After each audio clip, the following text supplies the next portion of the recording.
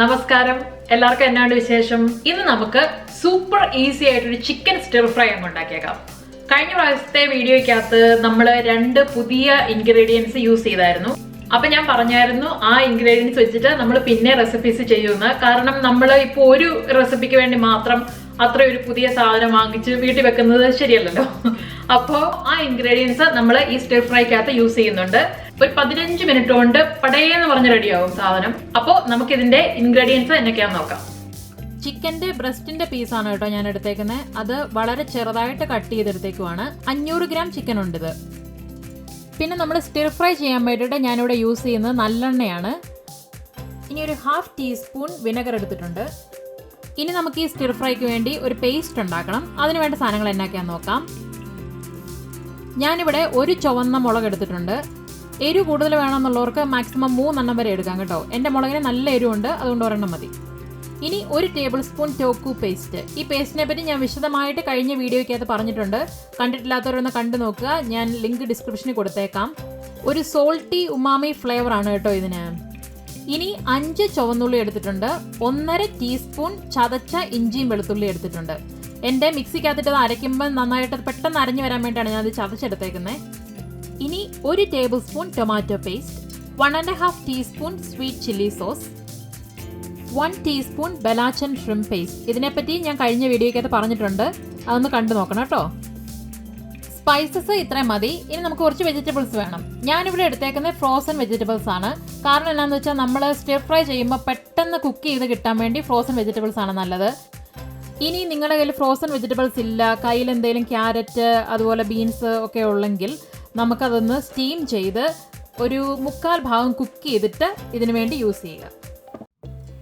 ഞാനിവിടെ എടുത്തേക്കുന്ന 1/2 cup frozen beans, 1/3 cup frozen corn, 1/3 cup frozen green peas. ഇത്രയാണ്.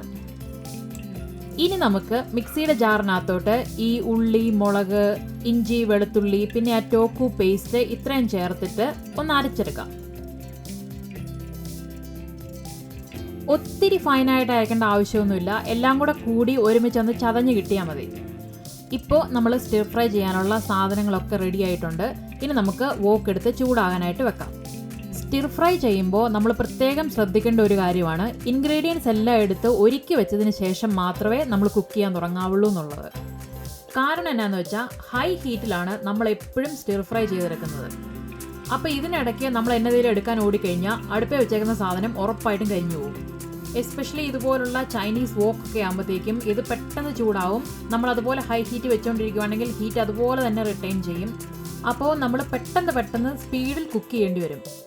ഇനി നിങ്ങൾക്കത് പറ്റുന്നില്ല, ഹീറ്റ് കൺട്രോളായിട്ട് തോന്നുന്നില്ലെങ്കിൽ ഫ്രൈങ് പാൻ എടുത്തോളൂ, ഒരു കുഴപ്പമില്ല. നിങ്ങൾക്ക് കംഫർട്ടബിളായ ഒരു ഹീറ്റ് ലെവലിൽ തന്നെ നിന്ന് കുക്ക് ചെയ്യുക. ട്രഡീഷണലി നമ്മുടെ ചൈനീസ് സ്റ്റിർ ഫ്രൈ ഇതുപോലെ വോക്കിൽ ഹൈ ഹീറ്റിലാണ് നമ്മൾ ഉണ്ടാക്കുന്നത്. ആദ്യമായിട്ടൊക്കെ ഉണ്ടാക്കുമ്പോൾ നിങ്ങൾക്ക് കംഫർട്ടബിളായ ഒരു പൊസിഷൻ തന്നെ മെയിൻറ്റെയിൻ ചെയ്യുക. അല്ലാതെ കരിഞ്ഞു പോയിട്ടുണ്ടെങ്കിൽ കഴിക്കാനായിട്ട് ഒരു ടേസ്റ്റ് ഉണ്ടാകത്തില്ലല്ലോ. നമ്മുടെ വോക്ക് നന്നായിട്ട് ചൂടാകുമ്പോഴത്തേക്കും ഇതുപോലെ സ്മോക്ക് ചെയ്യാൻ തുടങ്ങും. ഈ സമയത്ത് നമ്മുടെ കയ്യിലുള്ള നല്ലെണ്ണ അങ്ങ് അതിനകത്ത് ഒഴിച്ചു കൊടുക്കുക. എന്നിട്ട് നമ്മൾ ബെലാച്ചൻ ഷ്രിംപ് പേസ്റ്റ് ഇട്ട് കൊടുക്കണം. ഈ എണ്ണ ചൂടാകാനായിട്ട് വെയിറ്റ് ചെയ്യേണ്ട. കാരണം ഇതിനകത്ത് ഒഴിക്കുമ്പോൾ തന്നെ നമ്മുടെ വോക്ക് ചുട്ടുപഴുത്തിരിക്കുന്നതാണ്, നന്നായിട്ട് ചൂടായിക്കോളും. ഇങ്ങനെ നമ്മൾ ചൂടാവാനായിട്ട് വെയിറ്റ് ചെയ്ത് കഴിഞ്ഞിട്ടുണ്ടെങ്കിൽ നമ്മുടെ ഷ്രിംപ് പേസ്റ്റ് കരിഞ്ഞു പോകാനുള്ള ചാൻസ് ഉണ്ട്. ഒരു 15 സെക്കൻഡിന് ശേഷം നമ്മൾ അരച്ചു വെച്ചേക്കുന്ന ആ പേസ്റ്റ് ഇതിനകത്തൊരു ചേർത്ത് കൊടുത്ത് ഒരു 30 സെക്കൻഡോളം നന്നായിട്ട് സ്റ്റിർ ചെയ്ത് കൊടുക്കുക. ഇനി നമ്മൾ എടുത്തു വെച്ചേക്കുന്ന ചിക്കൻ ഇതിനകത്തോട്ട് ചേർത്തിട്ട് ചിക്കൻ്റെ ആ പിങ്ക് കളറ് വൈറ്റ് കളർ ആകുന്നത് വരെ കോൺസ്റ്റൻ്റ് ആയിട്ട് ഇളക്കി കൊടുത്തുകൊണ്ടിരിക്കുക. ഇനി നമ്മുടെ ചിക്കൻ കുക്ക് ചെയ്യാനായിട്ട് ഇത് അടച്ചു വെക്കേണ്ട ആവശ്യമൊന്നുമില്ല. നമ്മൾ വളരെ ചെറിയ സ്ട്രിപ്പുകളായിട്ടാണ് ചിക്കൻ കട്ട് ചെയ്തേക്കുന്നത്. പിന്നെ ഹൈ ഹീറ്റാണ്, അതുകൊണ്ട് ഒരു 5-8 മിനിറ്റ് കൊണ്ട് തന്നെ നമ്മുടെ ചിക്കൻ നന്നായിട്ട് സോഫ്റ്റായി കുക്കായി വരും.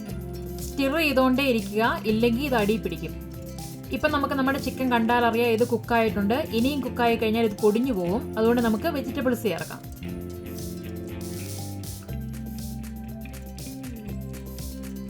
ഇനി ഇത് കോൺസ്റ്റൻ്റ്ലി ഇളക്കി കൊടുത്ത് നമുക്ക് വെജിറ്റബിൾസിന് അന്ന് വരുന്ന വെള്ളമൊക്കെ വറ്റിച്ചെടുക്കണം.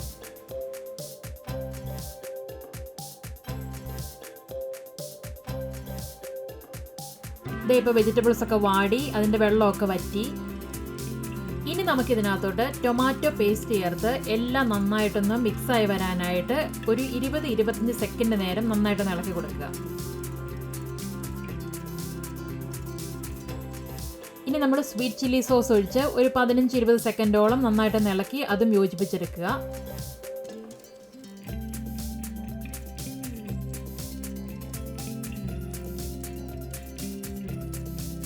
ഇനി ആ ഫ്ലേവർ എല്ലാം കൂടെ ബാലൻസ് ആകാൻ വേണ്ടി ഒരല്പം വിനെഗറും കൂടെ ചേർത്ത് നന്നായിട്ട് ഇളക്കി യോജിപ്പിച്ച് നമുക്ക് തീ ഓഫ് ചെയ്യാം.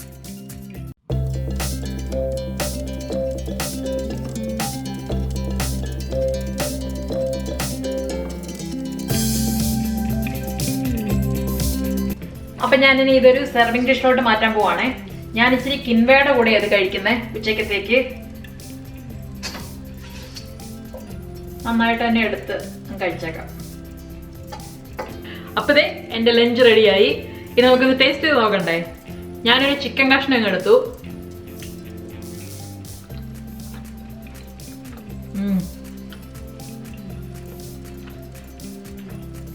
സൂപ്പറായിട്ടുണ്ട്. ചിക്കനൊക്കെ നല്ല വൃത്തിയായിട്ട് വെന്തിട്ടുണ്ട്, ഒരു കുഴപ്പമില്ല. ഞാൻ ഒരേ ഒരു മുളക് ഇട്ടുള്ളൂ, എന്നാലും അതിന് എരിവുണ്ട്. ചെറിയൊരു എരിവ് എനിക്ക് ഫീൽ ചെയ്യുന്നുണ്ട്. എൻ്റെ മുളകിന് ഭയങ്കര എരിവാന്ന് തോന്നുന്നു. കഴിഞ്ഞ പ്രാവശ്യത്തെ ഇതിനും ഒരുമാതിരി എരിവുണ്ടായിരുന്നു. ആ ചിക്കനിലോട്ട് ആ മാരിനേഡ് എല്ലാം കൂടെ നന്നായിട്ട് പിടിച്ചിട്ടുണ്ട്. ഒത്തിരി അങ്ങ് കുഴഞ്ഞിട്ടുമില്ല, എന്നാൽ കറക്റ്റ് കുറുകലിൽ കിട്ടിയിട്ടുണ്ട് എനിക്ക്. സത്യം പറയാലോ, ഈ കിൻവയ്ക്ക് പകരം വൈറ്റ് റൈസോ ബസ്മതി അങ്ങനെ എന്തെങ്കിലും ആയിരുന്നെങ്കിൽ പൊളിച്ചേനെ.